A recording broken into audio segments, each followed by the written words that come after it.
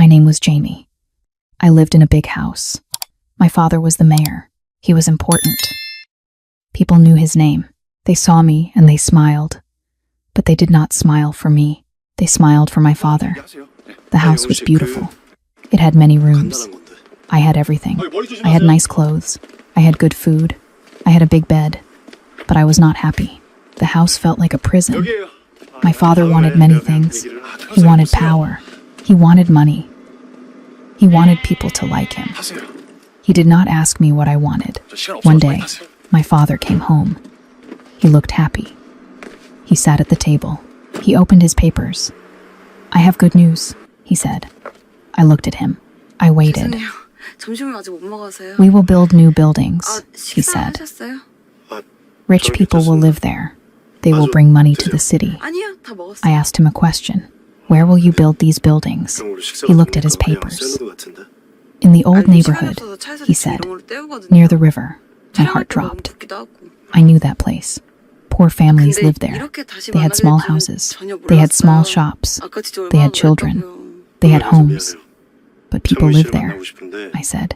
My voice was quiet. "They will move," my father said. He did not look at me. "Where will they go?" I asked. "That is not my problem," he said. I felt something break inside me. I looked at my father. I did not know him anymore. "You cannot do this," I said. He looked at me. His face was hard. "I can," he said. "And I will." I stood up. My hands were shaking. "Those are families," I said. "They have homes. They have lives. They will get money," he said. "They will find new places." "That is not enough," I said. My voice was loud now. "You destroy their world. You destroy hundreds of families. And for what? For rich people? For money?" My father stood up. He was angry. "You do not understand," he said. "This is business. This is politics." "I understand," I said. "You choose money. You choose power. You do not choose people. I choose what is best," he said. "Best for who?" I asked. "Best for you?" We stood there. We looked at each other. I saw his face. He was not my father. He was the mayor. He was a stranger. "I will not support this," I said. "You do not have a choice," he said. "I do have a choice," I said, "and I choose to leave." His face changed. He looked surprised. "You will leave?" he asked. "Where will you go?" "Anywhere," I said. "Away from here. Away from you." I walked to my room. I packed my bag. I took my clothes. I took my phone. I took my money. I did not take much. I did not need much. My father did not stop me. He watched me leave. He said nothing. I walked out of the big house. I walked down the street. I did not look back. It was far from the big house. It was in the suburbs.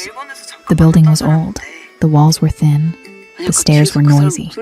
But it was mine. I changed my phone number. I told no one where I went. I cut all contact. I was free. The first night was hard. I sat on the floor.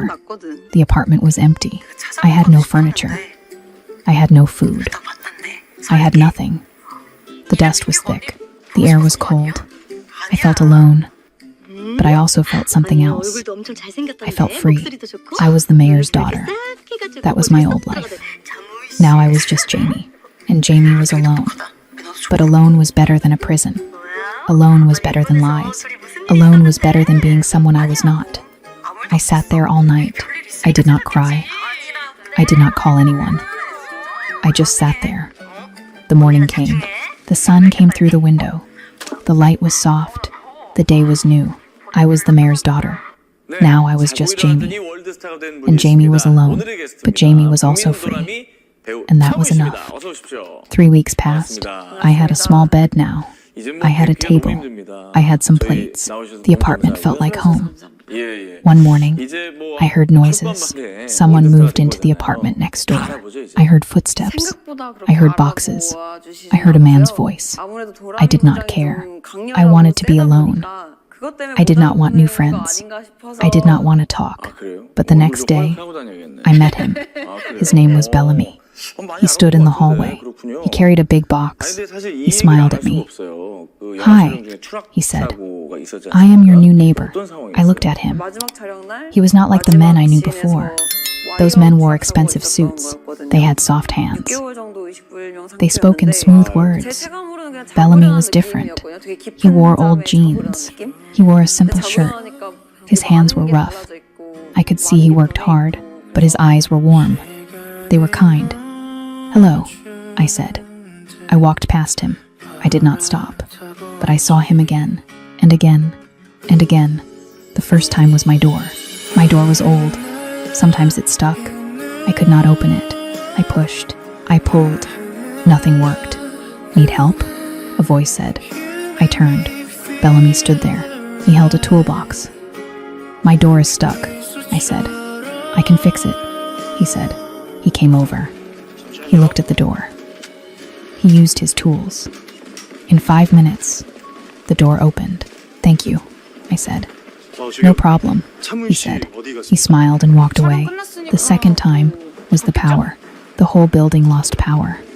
It was night. Everything was dark. I sat in my apartment. I had no candles. I had no light. Then someone knocked on my door. I opened it. Bellamy stood there. He held a candle. He held a cup. "The power is out," he said. "I brought you this." He gave me the candle. He gave me the cup. It was tea. Ginger tea. It was warm. "You did not have to do this," I said. "I know," he said. "But neighbors help each other." I took the tea. I thanked him. He left. I sat in my dark apartment. I drank the tea. It was the kindest thing someone did for me in weeks. The third time was different. I walked home from work. It was late. The street was empty. I felt strange. I felt like someone watched me. I felt like someone followed me. I walked faster. My heart beat hard. I reached my building. I opened the door. I went inside. Bellamy was there. He stood in the lobby. He waited. "Are you okay?" he asked. His face was serious. I felt scared. I said. My voice was small. I felt like someone followed me. "You are safe now," he said. "I am here." I looked at him. How did he know? How did he know I was scared? How did you know? I asked. "I heard the door," he said. "You came in fast. I wanted to check." We stood there. The lobby was quiet. I felt safe. I felt warm. "Thank you," I said. "You do not have to be strong alone," he said. Those words touched something inside me. I felt tears in my eyes. I did not cry, but I wanted to. After that night, things changed. Bellamy and I talked more. We had coffee sometimes. We sat in the hallway. We shared stories. I told him about my new job. I told him about my small apartment. I did not tell him about my father. I did not tell him I was the mayor's daughter. And he did not ask. He did not care about my past. He cared about me. He cared about Jamie. Just Jamie. He told me about his work. He fixed things. He built things. His hands were always busy. But when he talked to me, he stopped. He listened. He really listened. I started to feel something warm, something new. It was not like before. The men from my old life wanted the mayor's daughter. They wanted my father's power. They wanted my family's name. But Bellamy was different. He saw me. Just me. He did not know about my father. He did not care about power. He cared about the woman who lived next door. I started to feel happy. I started to smile more. I started to feel less alone. Maybe leaving my father's house was the right choice. Maybe this new life was better. Maybe Bellamy was a gift. A good thing in a hard time. I was the mayor's daughter. Now I was just Jamie. And Jamie was not alone anymore. Jamie had a friend. Maybe more than a friend. And that felt good. That felt right. That felt like hope. 2 months passed. Bellamy and I were close now. We had dinner together. We watched movies. We talked late into the night. I thought I knew him. I thought he was real. I thought this was love. But then small things started to happen. Strange things. Things that did not make sense. The first thing was a letter. 말하려고 했는데 I came home from work. 그쪽이 너무 I saw Bellamy in the 바빴잖아요. hallway. A letter fell from his bag. I picked it up. You dropped this, I said. He took it fast. Too fast. His face changed. He looked worried. But I saw the name on the letter. 예, 죄송하네요. It was not Bellamy. It was a 그깟 different 일로 name. 찾아와서. A name I did not 아, know. 그러게 왜 Who is 남의 that? 사진을 허락도 없이 I 올립니까? asked. I pointed at the name. An old friend, he said. He uses my address sometimes. I nodded. 나를 아는 사람들은 But 다 something felt 알아봅니다. wrong. 쓸데없는 The 오해들은 letter was for this apartment. 쓸데없는 오해들은 Why would a 하지 friend 말아요. use his address? I did not say anything, 내가 번호를 앞에서 지우자. but I remembered. The second thing was the phone calls. I woke up one night. It was very late. I heard a voice. Bellamy's voice. He was on the balcony. I walked to my window. I could hear him through the wall. His voice was low. 괜찮겠어요? He spoke fast. 뭐가요? He sounded different. He sounded cold. Yes, I know, he said. I have the information. No, she does not know anything. Yes, I will continue. My heart beat fast. Who was he talking to? What information? What did I not know? I went back to bed. But I could not sleep. Questions filled my head. Why did Bellamy lie? What was he hiding? The third thing was the jacket. Bellamy came to my apartment one evening. We had coffee. We talked. 저기 Then he 마음 left. 튼 뒤에 But he forgot his 차인 jacket. 남자 뭐 그런 거 I 되는 called his name, but he was already gone. I looked at the jacket. I would give it back tomorrow. But then I felt something. A small book in the pocket. A notebook. I should not look. I knew that, but my hands moved. I took out the notebook. I opened it. The notebook had dates. It had times. It had places. My dates, my times, my places. Monday, 7 a.m., leaves for work. Coffee shop on Main Street. Tuesday, 6 p.m., grocery store. Buys milk and bread. Wednesday, 8 p.m., stays home. Watches TV. Every day, every detail, everything I did. He wrote it all down. I turned the pages. My hands shook. Then I saw more. I saw my father's name. I saw the word mayor. I saw notes about political projects. I saw names of rich people, names I knew from my old life. And then I saw the worst thing. One sentence, written in red ink. Target. Jamie. Purpose. Psychological 안 leverage. 만났습니다. Status. Successful. The notebook fell from my hands. 그러게 I could not breathe.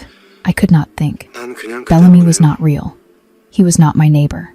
He was not my friend. He was not someone who loved me. He was hired. Someone paid him. Someone sent him to watch me, to get close to me, to make me love him. But why? Why me? Then I understood. My father. His enemies wanted to hurt him, and I was the way to do it. I was the weapon. 다행이네요. 보기 좋네요. I was the psychological hostage. 그때 Every 말한 kind word was a 오늘의 lie. 축제를 즐기고 Every 있는 것 smile 같아서. was fake. Every moment we shared was part of a plan, a script. He was an actor, and I was the fool who believed him. The door was stuck. He fixed it, but maybe he broke it first. The power went out. He brought me tea, but maybe he knew it would happen. I felt followed. He was in the lobby, but maybe he was the one following me. You do not have to be strong alone. Those words, those beautiful words, they were lies, 아니에요, all 가까워. lies. 웬만한 I 거예요. sat on the 걷는 게 floor. 편해요. I held the notebook. Tears ran down my face. My chest hurt. My heart hurt. I loved him. I really loved him. I thought he loved me too. I thought he saw the real me. I thought he cared. But he did not care. He just did his job. And his job was to trap me, to use me, to hurt my father through me. I was the mayor's daughter. I ran away from that life. But that life found me anyway. It sent Bellamy. 난 It sent a perfect trap. And I walked right into it. I cried until I had no tears left. Then I sat there in the silence. The notebook was next to me. The proof was there. The truth was clear. Bellamy was not who I thought he was. And I was still just a tool, a way to hurt someone else. Even here, even in my new life, I was not free. I was never free. I was just alone again, more alone than before. 그렇게 Because 생각할 수도 now 있겠네요. I knew. Love was not real. Safety was not real. Nothing was real. I sat with the notebook all night. I cried. I felt broken. But then something changed inside me. I stopped crying. I started thinking. I was the mayor's daughter. I grew up in a world of lies. I knew how power worked. I knew how games were played. I could run away. I could scream. I could confront Bellamy. But that would be stupid. They would know I knew. They would take me. They would use me faster. No, I needed a better plan. I needed to be smart. I needed to play the game. The next morning, Bellamy knocked on my door. He looked worried. I left my jacket here, he said. I smiled. I gave him the jacket. The notebook was back in the pocket. Thank you, he said. He looked at me. Are you okay? I am fine, I said. My voice was calm. Why do you ask? You look tired, he said. I did not sleep well, I said. But I am okay now. He smiled. He believed me. Good. From that day, I acted normal. I smiled at Bellamy. I talked to him. I had coffee with him. I pretended everything was fine, but inside, I was different. I watched him. I listened. I learned. And something strange happened. Bellamy started to change. He looked at me differently. His voice was softer. When we talked, he seemed sad. He seemed guilty. One night, we sat together. We watched a movie. He held my hand, but his hand was shaking. Are you okay? I asked. Yes, he said. But his eyes said no. His eyes said he was lying. His eyes said he felt bad. Good. Let him feel bad. Let him feel guilty. That was part of my plan. While I acted normal, I worked in secret. I had a plan. I called it my truth insurance. First, I bought a small camera. I set it up in my apartment. I recorded a video. I talked to the camera. I told everything. I told about Bellamy. I told about the notebook. I told about my father. I told about the people who hired Bellamy. I saved the video. I hid it in a safe place online. Second, I searched for information. I used my father's old contacts. I found a private investigator. I paid him to watch Bellamy. I paid him to find out who hired Bellamy. I paid him to get evidence. 2 weeks later, he sent me files, photos, documents, names, a dirty project.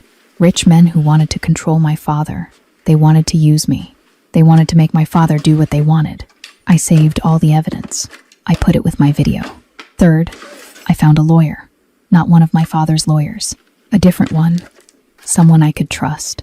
Someone who fought for justice. I met the lawyer in secret. I gave him copies of everything. I told him my plan. If something happens to me, I said, you send everything to the police. I understand, he said. Then I did something clever. I set up a system, an automatic system. Every 12 hours, I logged into a special email. If I did not log in, the system would send everything to the lawyer. The lawyer would send everything to the police, and the newspapers, and the investigators. My safety was automatic now. If they took me, the truth would come out. If they hurt me, everyone would know. I looked at myself in the mirror. I looked different. I was not the scared girl anymore. I was not the broken girl who cried all night. I was the mayor's daughter, and the mayor's daughter knew how to fight. Love was the trap, but intelligence was my key. Intelligence would save me. Intelligence would win. Bellamy knocked on my door again. He brought flowers. He looked nervous. These are for you, he said. I took the flowers. I smiled. Thank you, I said. They are beautiful. He smiled back, but his smile was sad. He was falling for me. Really falling. The fake love was becoming real. For him, too late. I did not care anymore. I did not love him. I would never love him again. He was part of the game now. And I was going to win. I was ready. I had my truth. I had my evidence. I had my plan. Now I just waited. I waited for them to make their move. And when they did, I would be ready. I would not be their victim. I would be their end. The call came on a Tuesday morning. My father's phone rang. A stranger spoke. The stranger had a message. Sign the project, or your daughter will disappear. My father was scared. He called the police. He called his security team. He searched for me, but he could not find me. I changed my number. I moved away. He did not know where I was. That same day, Bellamy got a call too. I did not know this then. I learned it later. The voice on the phone was cold. It is time. Take her to the location. Finish the job. Bellamy said nothing. He hung up. He sat in his apartment. He put his head in his hands. That night, he came to my door. He knocked. I opened the door. His face was white. His hands shook. Can I come in? He asked. Of course, I said. I let him in. I closed the door. We sat down. He did not look at me. He looked at the floor. I need to tell you something, he said. His voice was quiet. What is it? I asked. I already knew, but I let him speak. I lied to you, he said. I am not who you think I am. Tell me, I said. My voice was calm. He took a deep breath. Then he told me everything. He told me about the men who hired him. He told me about the plan. He told me about the notebook. He told me about the job. They want to hurt your father, he said. They want to use you. They told me to watch you. They told me to make you trust me. They told me to make you love me. Tears ran down his face. But I did not plan this. I did not plan to really fall in love with you. I said nothing. I just watched him. I love you, Jamie, he said. I really do. This is not fake anymore. This is real. And I cannot do this. I cannot hurt you. I cannot take you away. I cannot finish the job, he cried. He put his face in his hands. I am so sorry. I am so sorry. I stood up. I walked to the window. I looked outside. The street was dark. What happens now? I asked. They will come, he said. They will come tonight. They told me to bring you to them. But I will not. I will protect you. I will help you leave. Then we heard footsteps, heavy footsteps, in the hallway. Coming closer. Bellamy stood up fast. His face changed. He looked at the door. They are here, he said. They know I did not follow orders. The door broke open. 3 men came in. They were big. They were angry. They looked at Bellamy. They looked at me. You failed, one man said to Bellamy. Now we do this ourselves. The men moved toward me. Bellamy jumped in front of me. No, he said. You will not touch her. The men laughed. You cannot stop us. But Bellamy fought. He pushed one man. He hit another. He blocked the third. He was strong, but they were stronger. There were more of them. One man hit Bellamy. Bellamy fell. He got up. He fought again. Blood ran from his mouth, but he did not stop. Jamie, run, he shouted. Go now. I ran. I ran to the door. I ran into the hallway. I ran down the stairs. Behind me, I heard fighting. I heard crashes. I heard Bellamy scream, but I did not stop. I kept running. I ran outside. I ran to the street. A car was there. The investigators were there. I called them earlier. I told them to wait. I told them to come tonight. Help him, I shouted. They are hurting him. The investigators ran inside. I heard sirens. Police cars came. More people ran into the building. I stood on the street. My heart beat fast. I was shaking. I was safe, but Bellamy was inside. Bellamy was hurt. 10 minutes later, they came out. The 3 men were in handcuffs. The police held them. Then they brought Bellamy. He could barely walk. His face was bloody. His shirt was torn. But he was alive. He looked at me. Our eyes met. He tried to smile, but he could not. The investigators came to me. Do you have the evidence? They asked. Yes, I said. I gave them everything. The video, the documents, the photos, the notebook, everything I collected, everything I prepared. This is enough, they said. We can stop them now. We can protect your father. We can end this. I watched the police take the men away. I watched them help Bellamy into an ambulance. He looked back at me one more time. Then they drove away. I stood alone on the street. The night was cold, but I was alive. I was free, and the truth was out. I saved myself, not with love, not with hope, but with intelligence, with planning, with courage. The game was over, and I won. The next week was busy. The police worked fast. They arrested many people. The criminal ring was broken. The men who wanted to hurt my father were in jail. My father made a choice. The men wanted him to sign the dirty project, but he said no. He refused. He would not destroy families. He would not trade my life for power. His choice had a price. He lost his political career. Other politicians turned against him. People stopped supporting him. But he did not care. He saved his daughter. He kept his integrity. One morning, he came to see me. I opened my door. He stood there. He looked older.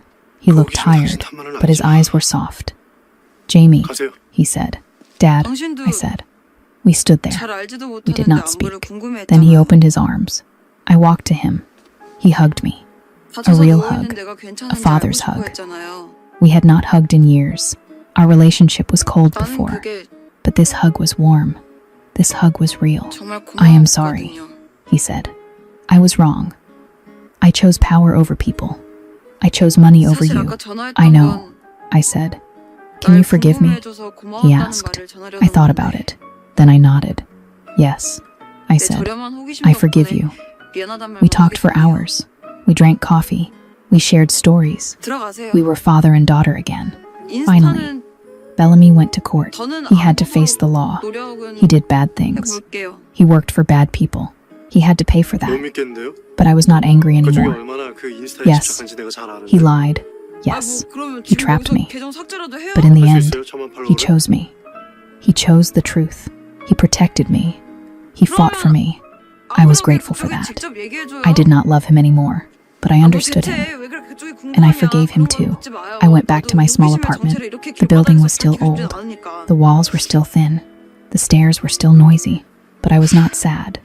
I was not lonely. I was strong. I was free. I saved myself. I did not wait for someone to rescue me. I did not run to my father. I did not hope for love to save me. I used my mind. I made a plan. I gathered evidence. I called the investigators. I set up my truth insurance. I protected myself. Love was the trap. But intelligence was my key. And truth was my weapon. I stood at my window. I looked at the street. The sun was rising. A new day was starting. I was the mayor's daughter. Then I was just Jamie. And Jamie was alone. But now Jamie was strong. Jamie was smart. Jamie was free. I saved myself. Not with power. Not with money. Not with my father's name. I saved myself with the truth. And that was enough. I'm happy you listened all the way to the end. If this story made you feel something, please give it a like. It really helps the video reach more English learners. You can also share it with one friend or classmate who loves stories. And please subscribe to Kaviko English Storytime so you do not miss the next episode. New stories are coming soon. When you subscribe, you join our warm reading family. Thank you for being here, for listening, and for growing your English with me today.